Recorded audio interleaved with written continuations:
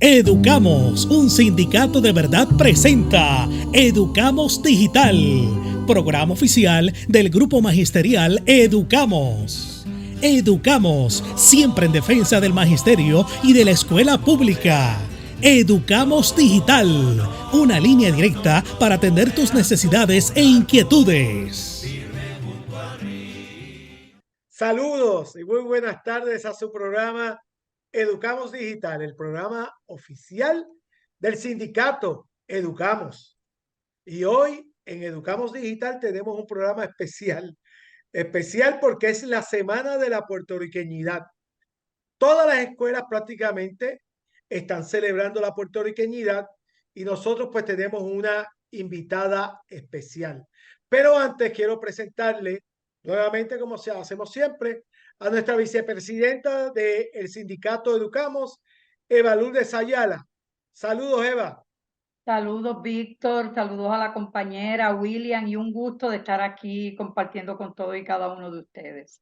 Y también a William Pérez Vega, del Comité de Jubilados, que anda con su camiseta ya de un artesano, a lo mejor la hizo Maisonet, quién sabe. Pablo, adelante, William. Saludos, un placer estar aquí compartiendo y más con esta gente hermosa que nos acompaña. Pues para nosotros hoy en Educamos Digital es un honor presentarles a todos ustedes en el día de hoy, donde vamos a estar reflexionando sobre esta semana tan importante, la Semana de la Puertorriqueñidad. Tenemos a Pluma. Y Pluma es parte del Centro de Apoyo Mutuo del Ares, que el Centro de Apoyo Mutuo del Ares tiene muchas ramificaciones, incluyendo prácticamente atesorar nuestra herencia taína. Buenas tardes, Pluma. Saludos, DH, un honor de verdad que estar con tanta gente buena, valerosa y que siempre, ¿verdad? Históricamente ha sacado la cara de este país hacia afuera. De verdad que gracias por la invitación. Vamos a comenzar el programa con unos datos de currículo. Y es que el Departamento de Educación, a pesar de que ahora se hace la Semana de la Puertorriqueña de manera oficial, antes cuando yo daba historia en la escuela de San Sebastián, no existía, eso había que pelearlo. Ahora pues por lo menos pasa eso, pero ocurre algo, es que el currículo se modifica. Y yo quiero que Eva Ayala le hable al público qué pasó con los cursos de historia en la escuela elemental. Adelante, Eva. Pues mira, saludos. Es importante que el público sepa que lamentablemente la enseñanza de los estudios sociales de kinder a tercer grado ha sido eliminado de todas y cada una de las escuelas en Puerto Rico. Y el departamento ha alegado que la historia y los estudios sociales pueden ser atendidos de manera integral en el área de español, cosa que nosotros no estamos en total desacuerdo, porque cuando teníamos los estudios sociales lo veíamos como una materia básica, al igual que la ciencia, al igual que las matemáticas, que el inglés y que el español. Cuando usted dice que usted puede integrar los estudios sociales en el área de español, usted está dejando a merced del maestro que está en ese grupo decidir si enseña o no el área de los estudios sociales a nuestra niñez y a nuestra juventud, ¿verdad? Y entonces a nosotros nos preocupa enormemente porque es como si nos estuvieran borrando la historia. Y estos primeros grados es bien importante porque nosotros le hablamos de los pueblos de Puerto Rico, le hablamos, ¿verdad?, de la cultura indígena, le hablamos de nuestros taínos, le hablamos de tantas cosas a nuestros estudiantes que desprendernos de esto es casi borrar parte de la identidad de nosotros como pueblo. Y pues llevamos haciendo esa denuncia hace muchos años. Yo no sé si William recuerda, pero creo que fue para el 2018 donde el departamento cometió esta atrocidad. Y de ahí en adelante, pues nuestros estudiantes no toman la clase de historia como una materia básica. Y a nosotros pues eso nos preocupa enormemente, pero no se conformaron con eso. Nosotros habíamos tratado por varios años de incluir en los libros de texto que se utilizaban de kinder a 12º grado, el visibilizar la imagen de las mujeres que han sido parte de esta historia, como Luisa Capetillo, Juana Colón, Lola Rodríguez de Tió, Celestina Cordero. Bueno, en fin, dimos una lucha muy fuerte, pero lamentablemente esa historia también la han ido borrando. Las poquitas fotos que teníamos en los textos, que pues por lo menos cuando veíamos la figura de Juana Colón, pues nos abría la puerta, aunque no hubiera una unidad específica de Juana Colón, pues nos abría la puerta de que nosotros le pudiéramos hablar a nuestros estudiantes sobre esa figura obrera. También lo mismo con Luisa Capetillo y así con diferentes personalidades. Pues eso es parte también del atropello también hacia la mujer. ¿Por qué? Porque a nosotros aquí se habla de Rafael Cordero, pero no se habla de Celestina Cordero, ¿verdad? Como una de las primeras educadoras. Y entonces, pues, eso ha sido una preocupación que el Grupo Magisterial Educamos siempre ha levantado y que no le perdona al Departamento de Educación, porque nosotros lo denominamos, quieren borrar nuestra historia. Han invisibilizado las mujeres por décadas y no conformándose con eso, pues lo poco que teníamos también nos lo han arrancado. Eso a grandes rasgos, ¿verdad? Lo que ha ocurrido con el currículo en el Departamento de Educación. Ahora bien, vamos a aprovechar nuestra invitada del día de hoy, a Pluma, del Centro de Apoyo Mutuo en Lares, para hablar de la Semana de la Puertorriqueñidad, pero con varios aspectos. Y ahí, William, tú también entras en todo este análisis. Descubrimiento, como decía Galeano, Eduardo Galeano, descubrimiento. ¿Cómo descubrimiento? Empezamos por ahí. Mira, gracias, gracias. Mira, a mí estaba diciendo ahorita que a mí esta semana me causa mucha ansiedad por el asunto de que, como bien estaba diciendo Eva, hay un asunto de que la historia está totalmente tergiversada. En el caso de nosotros, el primer problema que tenemos en esta isla es que aquí no se descubrió nada. Aquí siempre han habido indígenas, aquí hubieron personas cuando llegaron los invasores y los saqueadores, que por cierto se llaman colonizadores, no se llaman conquistadores. ¿Por qué? Porque lo primero que tenemos que corregir es que aquí nunca hubo conquista, ¿verdad?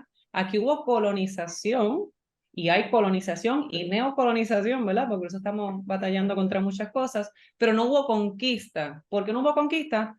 Porque desde el momento en que esos invasores europeos y de otros lugares pisaron esta tierra, ha habido un pueblo resistiendo y un pueblo reivindicando quién es el pueblo indígena. El pueblo indígena ha estado reivindicando y resistiendo a esa invasión. Por ende, la conquista, no es posible conquistar a un pueblo que permanece libre, que permanece indomable y que continúa luchando hoy día contra todo, ¿verdad? Todos los derechos, porque ahora mismo, pues, quienes llegan, ahora mismo vienen extranjeros de otros lugares a también quitarnos nuestras tierras. Y así como estamos resistiendo, está ocurriendo. El descubrimiento, el falso descubrimiento del que se habla, se usa para justificar, ¿verdad? Se usa para justificar el que aquí, el que se puede hacer en esta isla, lo que se quiera hacer. El descubrimiento surge, ¿verdad? Y un poquito esto es más, surge a partir de unas dulas papales que se implementaron desde Europa para decir que declaraban que donde quiera que llegaban los europeos, cualquier persona que hubiera ahí o cualquier recurso que hubiera, les pertenecía a ellos. Y si había una población y una sociedad viviendo ahí, pues entonces se consideraban como si no fueran humanos. Era como considerar que no eran humanos o no eran dueños de ese territorio, de esa tierra, y se podía hacer lo que se quería hacer, que era robar la tierra, ¿no? Entonces, hay un asunto ahí que se sigue repitiendo, ¿verdad? No sé si quieren hablar por esa línea. Pero esta semana para nosotros es bien estresante para el pueblo indígena, porque hay tantas cosas que corregir. Por ejemplo, el asunto de la esclavitud que se implementó cuando llegaron los europeos, que los indígenas solamente eran buenos para esclavizarlos o para violarlos, violentarlos, maltratarlos, no tenían el derecho, ¿verdad?, a la tierra y el territorio, también se perpetúa en el saco. Hoy día, Nosotros criticamos mucho que en las escuelas se use el saco, porque el saco es donde se colocaba la mercancía. Entonces, en el sistema educativo, en algún momento, no sé en qué parte, pero en algún momento se empezó a decir que se usara el saco para representar la ropa del indígena. Y lo que se está es repitiendo esa historia, esa parte de la historia, donde el indígena para lo que servía es como si fuera mercancía de explotación o mercancía para trabajar. Entonces, esa es la primera cosa que nosotros criticamos en esta semana cuando se celebra el Día de la Puertorriqueña. Otra cosa bien importante es el asunto del fenotipo. Hay que empezar a corregir esto. Los indígenas de Boriquén, el pueblo indígena que tiene muchos nombres, que se llamó Taíno, que se llamó Arahuaco, que se llamó Jíbaro, porque de hecho nosotros hemos hecho muchas investigaciones y a través de la etimología, de la raíz de las palabras, hemos encontrado que uno de los nombres antiguos era Canchíbalo. Y de Canchíbalo, por transliteraciones, ¿verdad? Por cambios en la pronunciación y a través del tiempo, Canchíbalo pasó a ser Canjíbaro y se redujo a Jíbaro. Y jíbaro es una palabra que es indígena, que quiere decir que es el descendiente o la descendiente del indígena. Entonces, por ese lado, el fenotipo de que Pluma, miren a Pluma, Pluma bárbara, no, ella es la más indígena porque tiene los pómulos, porque tiene la piel así, y entonces, pues no, Víctor, tú no eres indígena porque tú eres como blanquito, medio colorado, no, pues tú no eres indígena. Eso es falso. Eso es falso. Los indígenas del pueblo indígena de Boriquén, antes que llegaran los europeos, estaba diversificado en su fisionomía. Habían indígenas más oscuros, más claros, habían indígenas prietos, negro, habían indígenas blancos, incluso se han registrado de tribus enteras donde los indígenas de ese pueblo, de ese Yucayeque, eran blancos. ¿Por qué? Porque eso es así.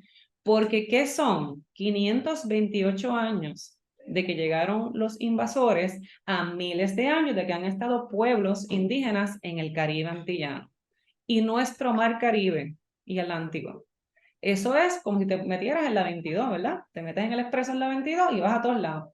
Nosotros nos movíamos por todo el mundo. Hay evidencia del intercambio que se hacía a través del trueque. Acuérdense que los sistemas económicos son los que determinan en muchas ocasiones la organización social de los pueblos, porque es la manera en que se sostienen, ¿no?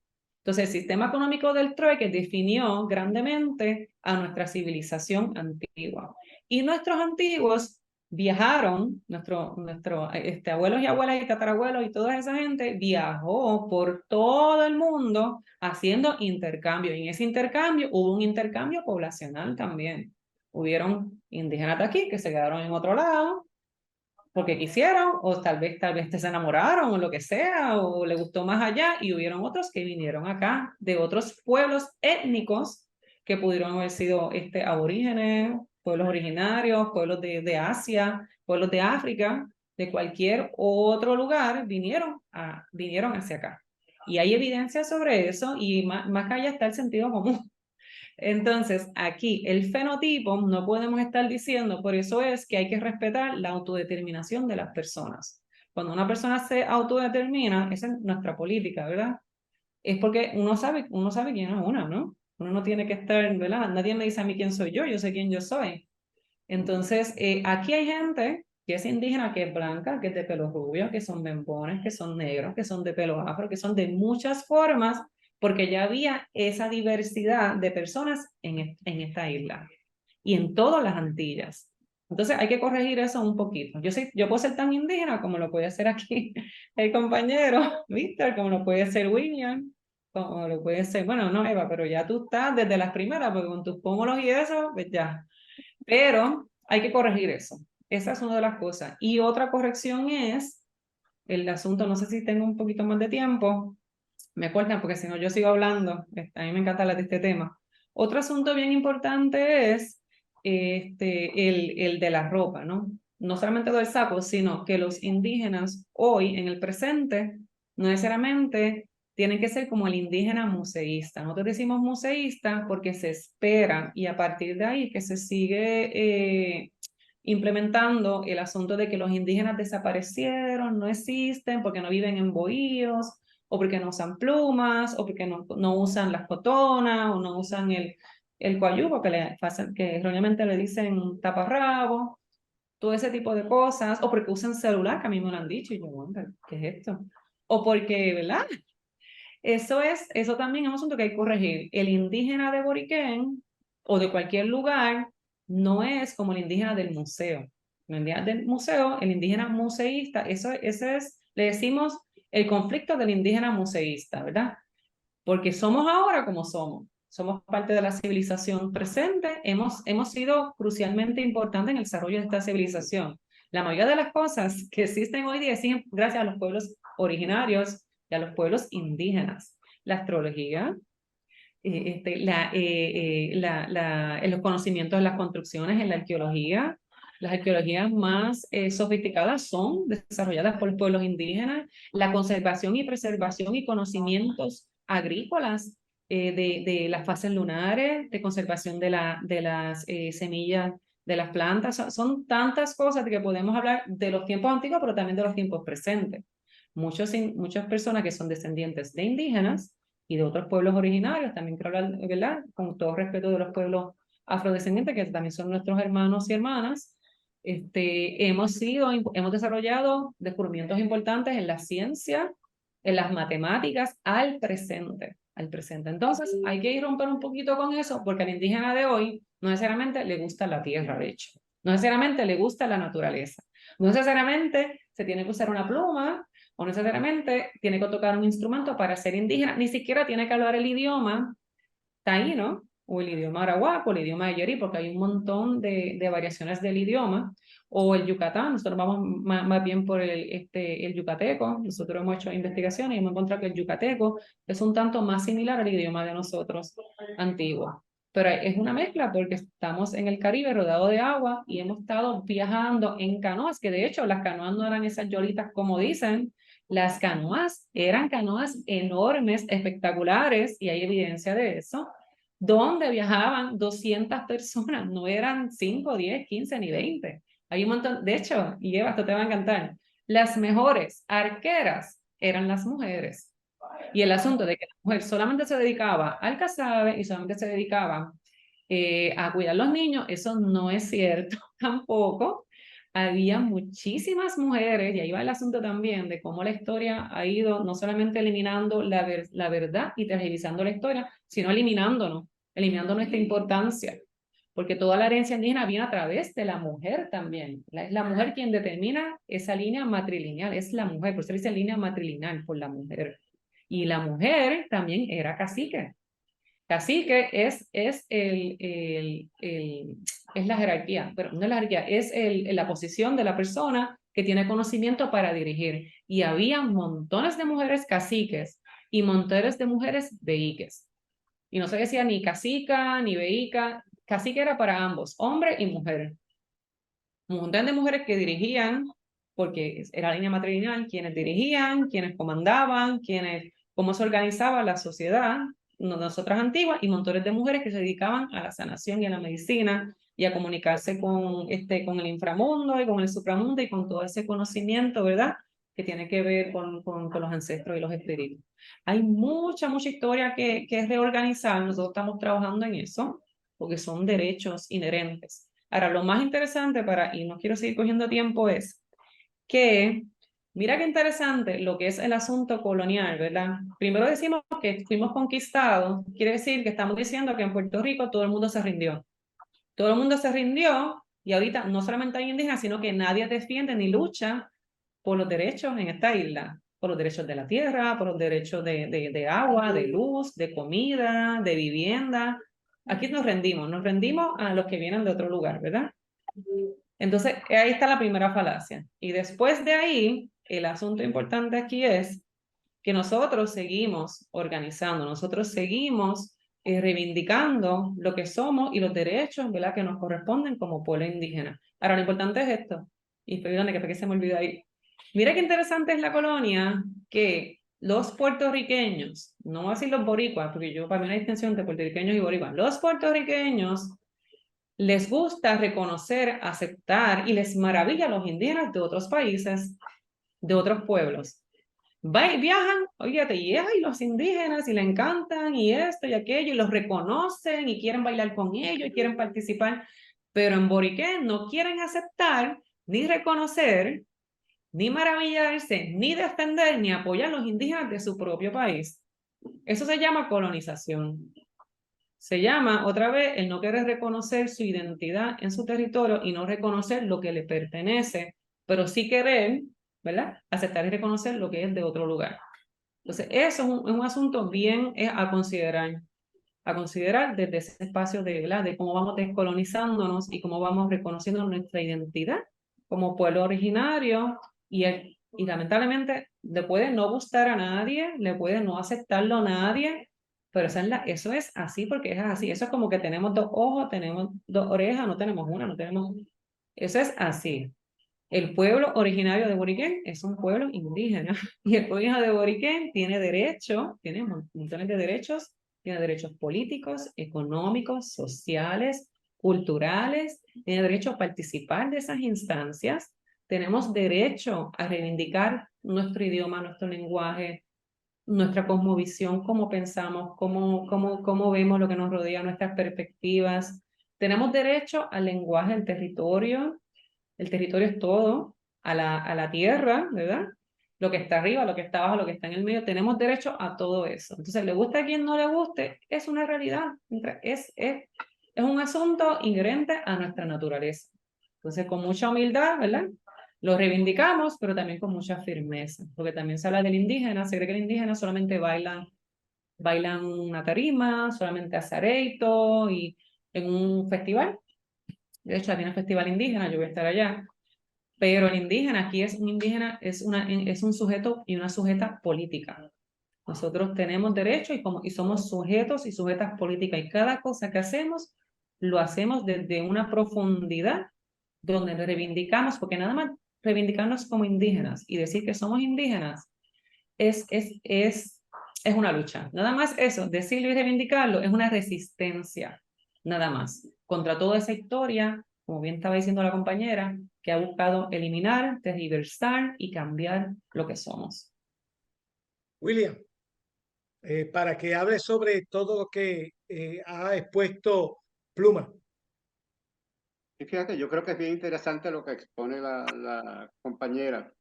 Y a mí me parece que lo que seamos, llámese o puertorriqueñidad o puertorriqueñismo, indigenismo, lo que seamos, somos eso todos los días. O sea, no necesariamente hay que esperar a que transcurra una semana en el año para que haya una carta circular que establezca que esa es la Semana de la Puertorriqueñidad. Está bien que nos celebremos, pero que dentro de esa celebración tomemos en cuenta lo que plantea la compañera, entre otras cosas, y que esa identidad es necesario y es importante afirmarla siempre, cada uno de los días del año, no en una sola semana. Y eso implica la afirmación cultural, el trabajar y fortalecer la literatura, la pintura, el teatro, el idioma, las bellas artes en términos generales. Que si se va a enseñar, digamos, inglés en Puerto Rico, pues que no se enseñe como idioma principal, si acaso como un segundo idioma, porque no es necesario despreciar ningún idioma, pero el nuestro es el que debemos fortalecer y debemos afirmar. Debemos trabajar, yo creo que también, todo el año con el fortalecimiento de lo que se llama las bellas artes. Y si vamos a hacer lo que somos, a afirmar esa identidad, yo creo que debemos fortalecer y conservar ese entorno, eso que nos rodea. Eso implica, a través del proceso educativo, formarnos, tomar conciencia para la conservación de los recursos del ambiente, y que incluso se habla de las 3 R del ambiente. Yo le añadiría otra R más, hablaría de las 4 R, porque se habla del reciclaje, de la reducción, de la reutilización. Yo también creo que se debe trabajar con la reparación, porque eso contribuye a que nosotros conservemos y protejamos ese entorno natural, porque muchas veces, digamos, se nos daña un abanico y a lo mejor es cuestión de un cablecito y a lo mejor puede haber una escuela vocacional en el Departamento de Educación que uno de los cursos que pueda ofrecer es enseñar a reparar esos enseres y así evitaríamos ir llenando los vertederos de esa basura plástica y de esos enseres que descartamos y que muchas veces a lo mejor son fáciles de reparar. De modo que para afirmar lo que somos, ¿verdad? Es importante que lo concreticemos y que se debe empezar desde las edades más tempranas e incluir dentro de ese proceso el proceso educativo. Y que es importante, como decía la compañera Eva, que la historia se restablezca, los cursos de historia desde los grados primarios e incluso a través de los medios de comunicación,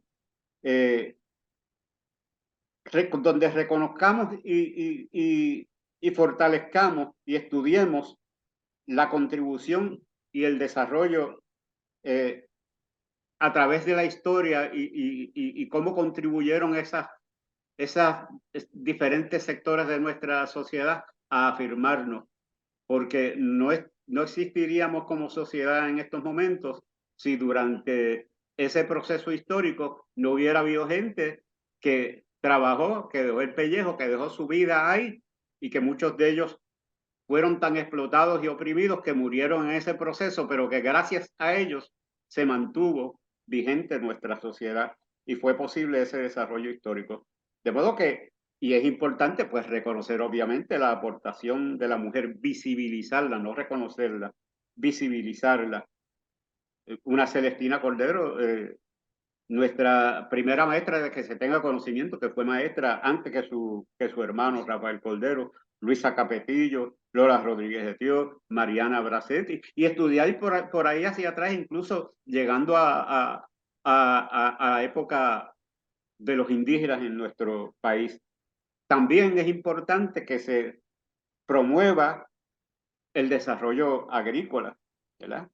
Donde nosotros, si queremos afirmarnos como puertorriqueños, debemos promover que seamos autosuficientes y que se priorice, y por eso es importante la política también, se priorice en los servicios esenciales al pueblo, porque eso es también afirmarnos o como indigenistas o como puertorriqueños y puertorriqueñas, que es lo que somos todos los días. De modo que es imprescindible fortalecer esa educación pública desde el punto de vista nuestro, de nuestros intereses como pueblo, como país. Incluso hay gente que no relaciona lo de las pruebas estandarizadas con la cultura, con nuestra afirmación puertorriqueña. Pues mira, esas pruebas estandarizadas son una selección de unas áreas del conocimiento humano y no miden bellas artes, no miden historia, pues miden las cuestiones más bien tecnológicas sobre ciencia y demás. De modo que al pretender dirigir el proceso educativo para que salgamos bien en esas pruebas estandarizadas, se van a fortalecer las clases o las asignaturas que aparezcan en esa prueba y por lo tanto, por eso es que se desmerece la historia, ¿verdad? Se desmerece aquello que nos identifique, se dejan de enfatizar en las bellas artes, de modo que las pruebas estandarizadas contribuyen a la desvalorización de nuestra cultura y de lo que nosotros somos y siempre hemos sido. Incluso, yo diría más, el caso de la utilización de la energía. Muchas veces, y esto lo estamos discutiendo en estos días, esas placas solares que se instalan en los techos son hechas para otros climas, para otros ambientes, y no necesariamente están hechas para tener una larga existencia, ¿verdad? Un largo, que sean más duraderas, al ser sometidas a las condiciones de nuestro ambiente, de que somos un país caribeño. Me parece que todo eso es importante y reconocer que somos una isla pequeña que tiene unas limitaciones territoriales y que tenemos que trabajar con lo que nos interesa a nosotros, puertorriqueños, indigenistas, para fortalecer a través del proceso educativo y a través de la práctica diaria todo aquello que fortalezca nuestra identidad y que nos afirme. Wow. nosotros tenemos, wow, hemos hecho una reflexión bastante amplia, pero queremos cerrar con pluma. Y es que aquí, pues, no, se conectan con nosotros los grupos de maestros de estudios sociales e historia, así como el grupo de maestros de historia de Puerto Rico. Y quiero que hable sobre lo que dice William, cómo podemos ir reparando todo esto.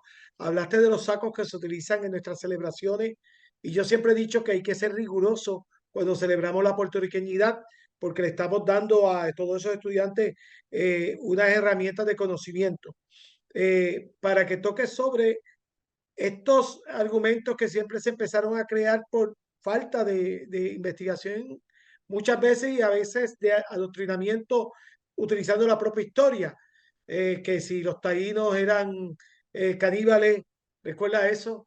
Que Sí. si hubo otro argumento que desaparecieron nuestros taínos para que Sí. cierres con esos dos argumentos que todavía los quiero traer porque todavía hay gente que los repite. Pues sí, mira, qué interesante porque lo de caníbal, ¿no? Realmente, fíjate, viene del asunto de la palabra canchíbalo, que una interpretación de los europeos en los libros fue para justificar obviamente la invasión y el saqueo y la violencia y el asesinato, bueno, canchíbalo, lo tradujeron a caníbalo y dijeron que comíamos, ¿verdad?, personas. Mira, Eran yo diría que, antropófagos es la palabra, sí. que interesante porque bueno, es que eso sería un poco complicado explicarlo, pero mira, yo diría, ¿verdad?, que más que nada, antes, ¿verdad?, hay mucha gente que se reivindica hoy día como indígena, ¿verdad? Y hay mucha gente que uno puede encontrar, hay organizaciones, hay yucayeques, hay personas que llevamos haciendo este trabajo por mucho tiempo. Yo estoy en varias organizaciones también, aquí en Lares y a nivel nacional.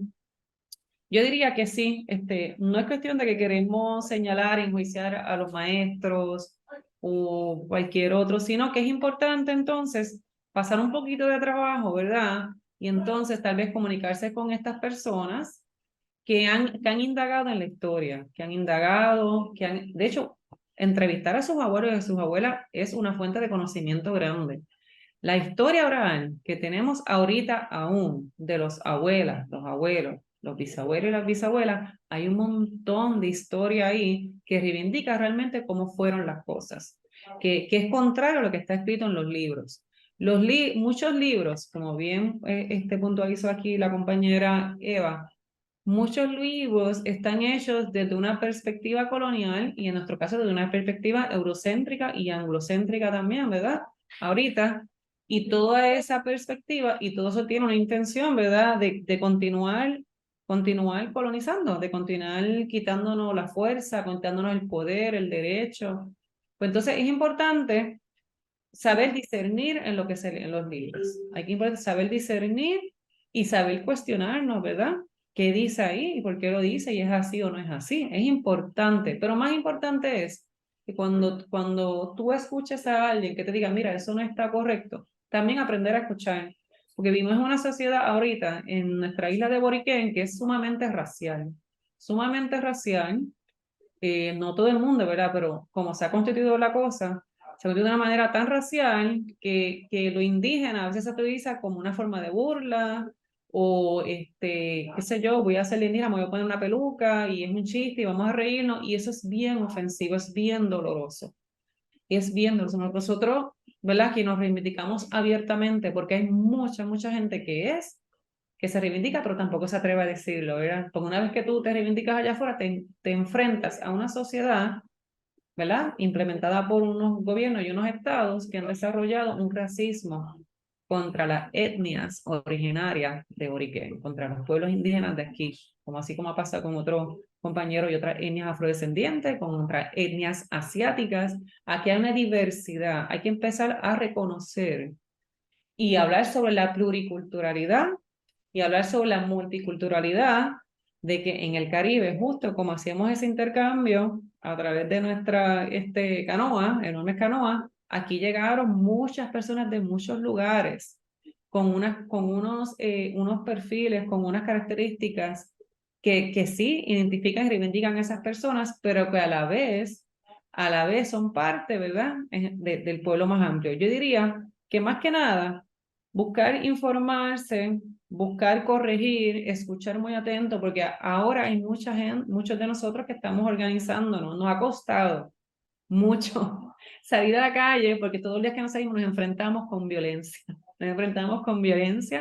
y no será, entonces como mujer indígena te enfrentas con una violencia, primero porque eres indígena, después porque eres mujer, y después porque también eres de la ruralidad y del campo. Entonces nos encontramos con una violencia tan crasa que a nosotras y a muchos otros nos ha costado, y hemos sido muy valientes en poder pararnos allá afuera y decir, mira, fíjate, yo soy indígena y yo reconozco mis derechos, y yo tengo el derecho a hablar y tengo el derecho a decir, eso no fue ahí, hay que corregirlo.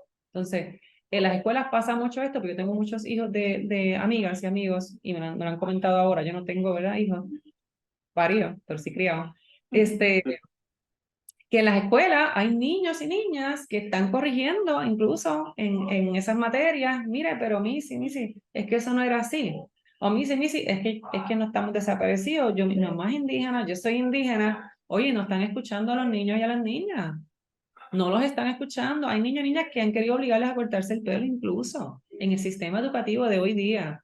Así mismo estaba hablando ayer mismito una compañera de que su niña se estaba reivindicando y el maestro y la maestra no le permitía reivindicarse como indígena.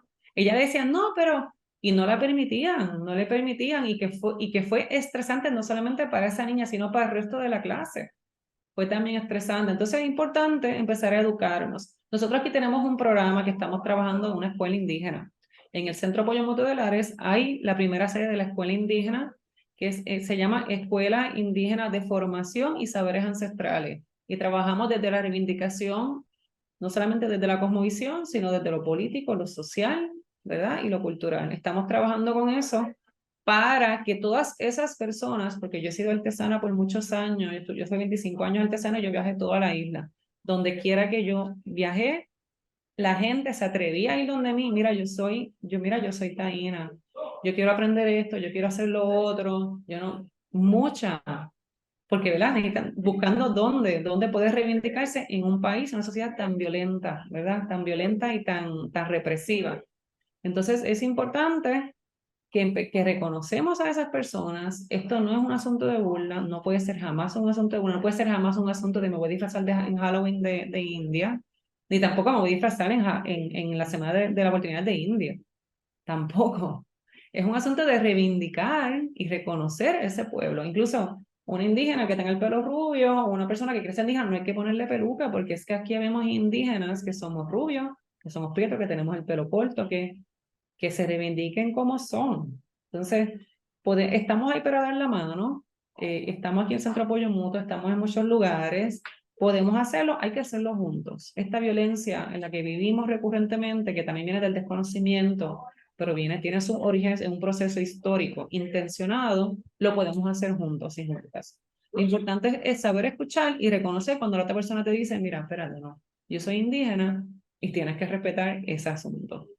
Yo creo que, no sé si va por ahí. Y teléfonos para los profesores que te quieran llamar para talleres y otros servicios que da el Centro de Apoyo Mutuo de Lares. Y me encantó también lo que dijo William, bien importante, que no solamente es en esta semana, que son, ¿verdad?, que nos reconocemos, es todo el año, y hay que educar todo el año, no esperar a esta semana. Bueno, vamos a dividirlo en tres, el negro, ¿verdad?, y el indio, y eso es, aquí hay una diversidad cultural y étnica y gente de todos los lugares. Entonces, nuestro teléfono es el 787-380-2996. Nosotros somos la organización del pueblo indígena Canjíbaro de Boriqué.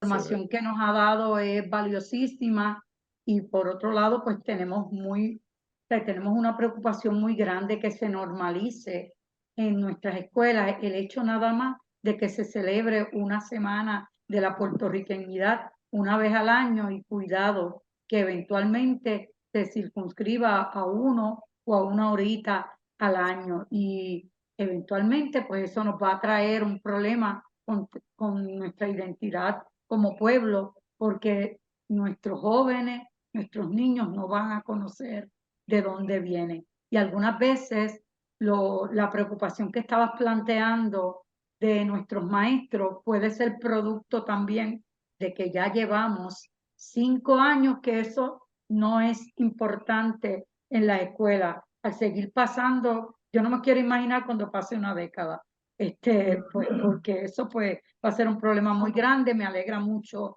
lo de la escuela. Yo creo que en Educamos Digital, Víctor, debemos hacer un compromiso de que de cada cierto tiempo, si es que la compañera acepta, podamos tener, aunque sea un pequeño conversatorio para que la gente se nutra de esa gran información, ya que en nuestras escuelas no lo podemos hacer, pues que nosotros seamos, ¿verdad?, portavoces y que viabilicemos esos procesos. Por otro lado, pues quiero aprovechar y decirle a todas las personas que se conectan con nosotros que el 9 de diciembre vamos a tener la asamblea ordinaria del sindicato Educamos. Está invitada a partir de las 9:30 de la mañana. Buen desayuno, buena discusión y obviamente el almuerzo navideño con buena música. Así que a todos nuestros afiliados y a las personas que simpaticen con nuestros postulados serán bienvenidos de estar allí, porque pues vamos a traer, ¿verdad?, lo que hemos hecho durante el año, esos logros que hemos obtenido, esas cosas en las que no hemos podido lograr y que tiene que ser parte de la trayectoria y del plan de trabajo que tenemos que elaborar para los próximos meses. Así que aquí hay mucho trabajo que realizar y lo tenemos con los maestros, lo tenemos con las personas que representamos y obviamente en nuestras escuelas y con nuestro país. Así que un abrazo para todos y los esperamos el 9 de diciembre en esa gran asamblea de Educamos, que estamos listos y listas para darnos el acompañamiento necesario. Nosotros le damos las gracias a Pluma y Pluma, ese agradecimiento. Queremos cerrar este programa con una semana de la puertorriqueñidad de 2016 de una de las escuelas cerradas por Julia Kelleher, pero ustedes han rescatado muchas. Ustedes las rescatan, las cerradas. Y ahí vamos a ver a Guatibili, a Guana y a todos sus hijos impactando un centro escolar de escuela elemental para que ustedes vean el impacto de cuando se hace esta actividad, estas actividades, buscando toda esta ayuda que ustedes nos ofrecen. Gracias. De hecho, estoy en una escuela rescatada ahora mismo. Qué bueno. Gracias. Un abrazo. Nos estamos viendo en otra edición de Educamos Digital. Muchas gracias.